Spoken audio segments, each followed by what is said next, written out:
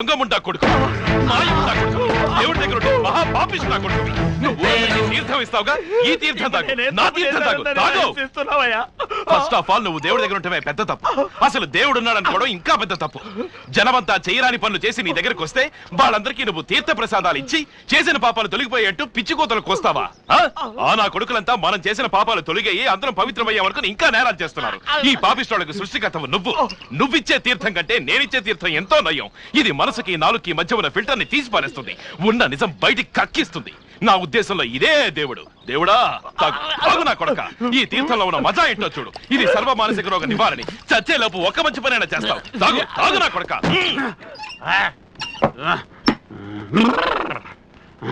స్వర్గంలో నట్టుంది. అయ్యో నాన్న, నాన్న ఏమైంది? నాన్న ఏమైంది? ఆ నేనుగాడు నా చేత తీర్థం దాయించాడు. అందరికీ తీర్థం ఇచ్చే నా చేత తీర్థం దాయించాడు.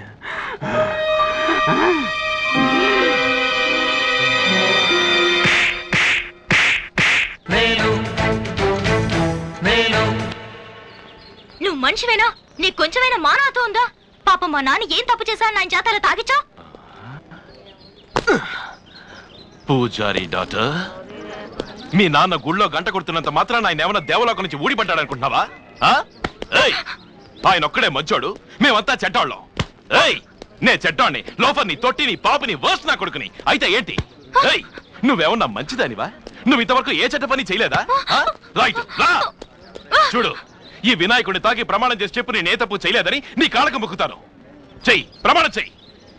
పవర్ఫుల్ వినాయకుడినా ఎగతాలనుకుని ప్రమాణం చేసావో కాళ్ళు చేతులు పడిపోతాయి. ప్రమాణం చెయ్యి.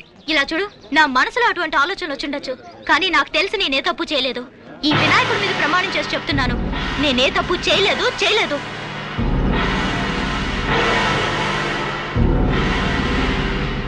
వారే వా మేరీ లడికి, నీలాంటి వాళ్ళు ఇంకా ఈ దేశంలో ఉన్నారా? నీ పాదాలు జెరాక్స్ కాపీ చేసి రోజు ముప్పట్ల పూజ చేసుకుంటారు. ఈ వయసులో నువ్వు తప్పు చేయలేదంటే యు ఆర్ గ్రేట్. ఒకసారి కాలు పెట్టుకుని దండ పెట్టుకున్నా ప్లీజ్. ఒకే ఒకసారి దండ పెట్టుకున్నా ప్లీజ్.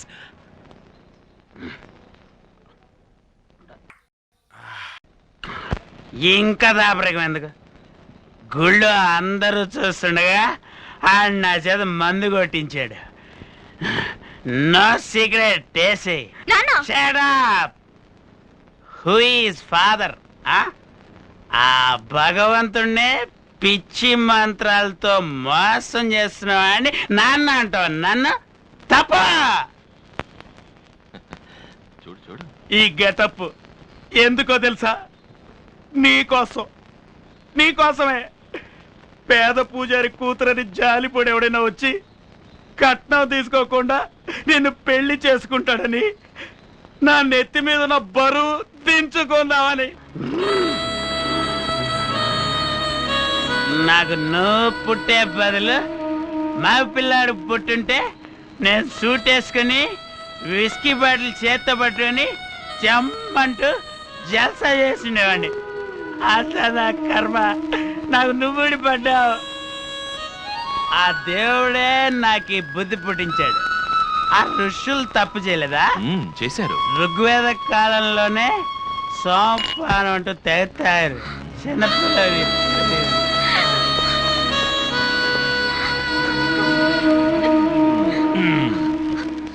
చూసావా మన తీర్థం మహిమ? నిజ స్వరూపం తెలిసిందా? అందుకే ప్రతి వాళ్ళు తాగాలనేది. నాకు తాగుతుంటే అనిపిస్తుంది, మన దేశంలో అందరూ తాగి తందరాలాడుతూ హాయిగా ఐకమత్యంతో ఉంటే ఎంత బాగుంటుందో అని. అప్పుడు మత కలహాలుండవు, హత్య రాజకీయాలుండవు, తీవ్రవాదాలుండవు. తాగి మత్తులో ఉన్న వాడికి ఏ స్వార్థమో ఉండదు. అదే జరిగితే ఎలా ఉంటుంది ఈ దేశం? నేను గనక ఈ దేశానికి పిఎంనైతే IMF నుంచి కావాల్సినంత డబ్బు అప్పు తీసుకొచ్చి మన దేశంలో పల్లె పట్నం అన్న తేడా లేకుండా ఇంటింటికి మందు సప్లై చేసేవాడిని. జన్మనిచ్చిన మా అమ్మ నాన్న ఏ దుర్ముహూర్తంలో నన్ను కన్నారో నాకు తెలియదు, కానీ దీనికి మధ్య ఒక ఫిల్టర్ ఉంటుంది. అది లేకుండా నేను పుట్టేశాను. అందుకే గుండెల్లో ఉన్నదంతా అలాగే బయటకు వస్తుంది. అక్కడ ఉండేదంతా నిజం. పాపం మీ నాన్న తీర్థం తాగి లోపల నిజాన్ని కక్కేశాడు. అందుకే నీ కోపం వచ్చింది. నిజం వింటే అందరికీ కోపం వస్తుంది, ఏడుపు వస్తుంది. నేను నిజం చెప్తాను కనుకనే ఊళ్ళో వాళ్ళందరికీ నేనంటే కోపం. నాకు ఫిల్టర్ లేదు కనుక నిజమే చెప్తాను. చూడు, నువ్వు పిల్లవి, చిన్న పిల్లవి, నీకింకా ఈ ప్రపంచం గురించి సరిగ్గా తెలీదు. ఈ కూలింగ్ గ్లాస్ పెట్టుకుని బయటికెళ్ళి ఒక్కసారి చూడు, నిజమైన ప్రపంచం ఏమిటో తెలుస్తుంది.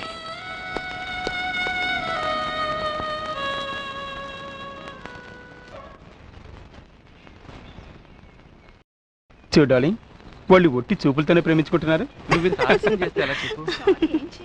Hey, come on, yeah.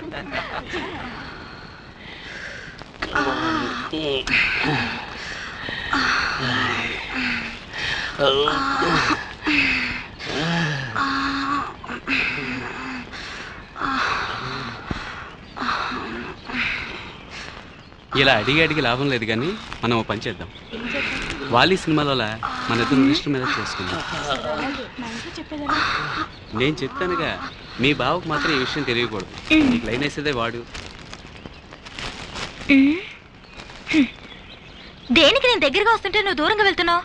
నేను నువ్వు దగ్గరగా ఉండకూడదని, నువ్వు అక్కడే కూర్చోవాలని. లవ్ చేయి, లవ్ చేయి. దూరంగా ఉండి ఎలా లవ్ చేయను? ఓసారి చెప్తే అర్థం చేసుకోబెట్టి. పర్వాలేదు, అక్కడే కూర్చొని లవ్ చేయి, లవ్ చేయి. నువ్వు అక్కడ, నేను ఇక్కడ. ఎలా లవ్ చేయను? అటు చూడు, వాళ్ళు ఎలా లవ్ చేసుకుంటున్నారో. ఓహో, నీకు అలాంటి లవ్ కావాలా? అది లవ్ కాదు, టీటీ. నువ్వు లవ్ చేయంటానికి బదులు టీటీ చేయి అంటే నేను రెడీ అని ఉండేవాడిని. టీటీ అంటే? తీట తీర్చుకోవటం అని. దగ్గర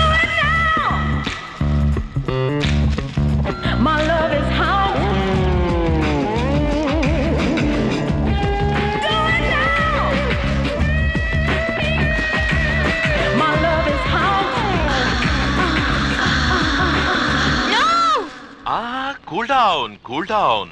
నేను చెప్పింది వినే ఇంత టెన్షన్ అయ్యో. అదే నిజంగా జరుగుంటే అలా చేయబట్టావా? చూడు, నా కొడుకుల్ని వాళ్ళు చేస్తున్నది లవ్ అనుకుంటావా?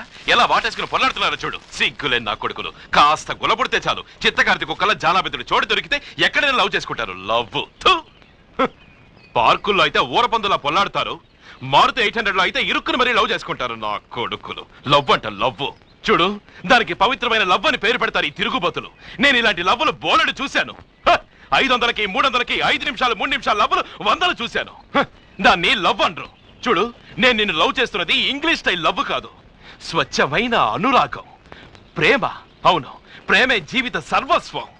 చూడు, మనసు స్పందిస్తే పుట్టేది ప్రేమ, మనిషిని దిగజార్చేది కామం, ప్రేమ కాదు. నువ్వు ఫ్రాంక్ గా చెప్పు, నీకు దిగజారే ప్రేమ కావాలంటే నేను రెడీ. ఇక్కడ ఏ క్షణమే రెడీ. కావాలా నీకు? అయ్యో, దగ్గరగా కూర్చుందా నన్ను తప్ప? వాళ్ళు లవ్ చేసుకోవడం చూడన్నాను తప్ప. అందుకని నువ్వు నాకు ఇంతసేపు లెక్చర్ ఇస్తావా? నేనేమన్నా ఎల్కేజీ చదివే స్టూడెంట్ అనుకున్నావా? ఇవన్నీ నాకు తెలుసు. నువ్వు నన్నేం ప్రేమించట్లేదు, ప్రేమిస్తున్నట్టు నటిస్తున్నావు అంతే. నేను నిన్ను ప్రేమించట్లేదంటావా? నిన్ను ప్రేమిస్తున్నట్టు ప్రూవ్ చేయమంటావా? చేస్తావా? చెయ్యి. ఎలా ప్రూవ్ చేస్తావు? చెయ్యి. తిరుగు, అడు తిరుగు, ఆ వైపు తిరుగు.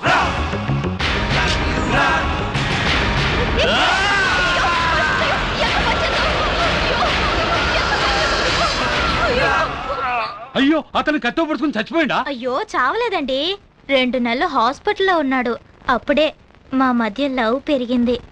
నీ లవ్ కోసం కత్తితో పొడుచుకున్నాడు అంటున్నావు. నువ్వేమో అర్ధరాత్రి అతన్ని వెతుక్కుంటూ వచ్చినావు. అంత ఇదిగా మీరు లవ్ చేసుకున్నారు కదా, ఇంకా ఏంది ప్రాబ్లం? షాదీ చేసుకున్నాడా?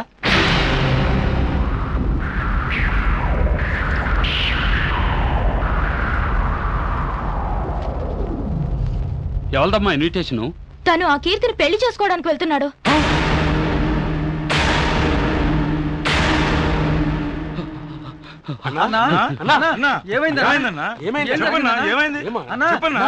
నేనుగాడు కీర్తి, ఆ కీర్తి వెంట పడిండు. ఇదేమవుతో ఆడేమవుతాడో.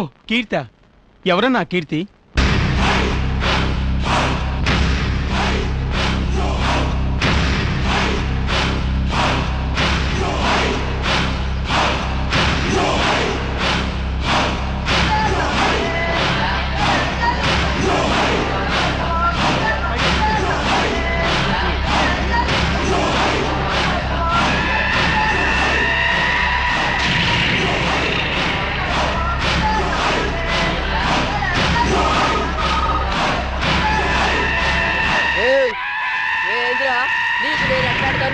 అడుగుతున్నావా? నేను చేసేది చెప్పరే. మినిస్టర్ ఎవడు వల్ల కాదు. ఫోన్ పెట్టరా, ఫోన్ నా కొడక. అమ్మా, శరభయ్య గారు వచ్చారు. ఆ విషయం. ఏయ్ కాసేపుండా. అలాగేనమ్మా. ఏయ్ సెక్రటరీ, అదే ఆ హోమ్ మినిస్టర్ పిఏ ఎవడు? అదేనమ్మా, శ్యామ్ కుమార్ అని. ఆడిగో ఫోన్ చెయ్యి. ఓకేనమ్మా. నీదేం పని? మేడం ఫైలు చూడండి అమ్మా.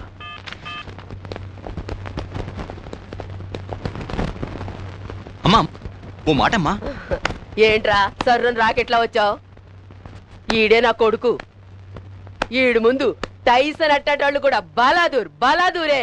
అయ్యో నాదిష్టే తగులుద్ది. అబ్బా నన్ను పొగట్టం అలా ఉంచి చెప్పేది విను. ఏంట్రా అదే? చెవిలేవు. ఆ?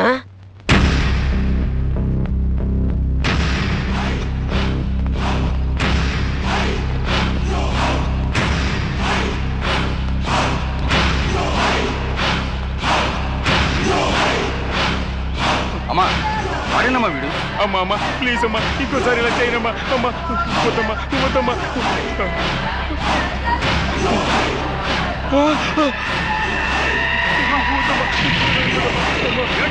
క్షమించండి అమ్మా. వద్దమ్మా వదిలిపెట్టాయమ్మా.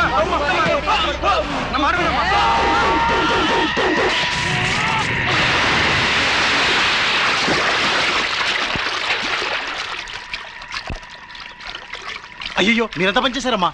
వాడిని నేను విచారణ చేసేవాడిని, తొందరపడి అనవసరంగా చంపేశారు. ఆపబోయి నీ వాగుడు. నువ్వు విచారణ చేసేలోగా తనని వీడు లేపుకుపోయేవాడు. కీర్తిని చేసుకుపోయేవాడిని నేను. వీడు తనని కిడ్నాప్ చేయాలని ప్రయత్నించాడు. అప్పుడు మీరేం చేశారు? మీ డిపార్ట్మెంట్ ఏం పీకింది? గాడిదలు కాస్తుందా? ఇన్స్పెక్టర్, మా కీర్తి మీద కన్నేసిన వాళ్ళందరికీ ఇదే గతి పట్టుద్దని ఊళ్ళో అందరికీ తెలియాలి. అర్థమైందా? తీసుకెళ్తావా? నవ్వుతున్నారేంట? తీసుకోరా. నువ్వే ఇండి చంపేశావు. ఇండి తీసుకెళ్ళవా ఇన్స్పెక్టర్? తీసుకెళ్ళు. ఎల్రా బెయిల్ ఇచ్చి నిడిపించుకొస్తాను. అమ్మా కీర్తి కళ్ళ ముందు వీడిని చంపుటి ఎంత బాగుండేదమ్మా. కీర్తి రగత సూతే తట్టుకోలేదురా. నువ్వే తనకి జరిగిందంతా అందంగా చెప్పు. అవును, కీర్తి ఎక్కడుంది?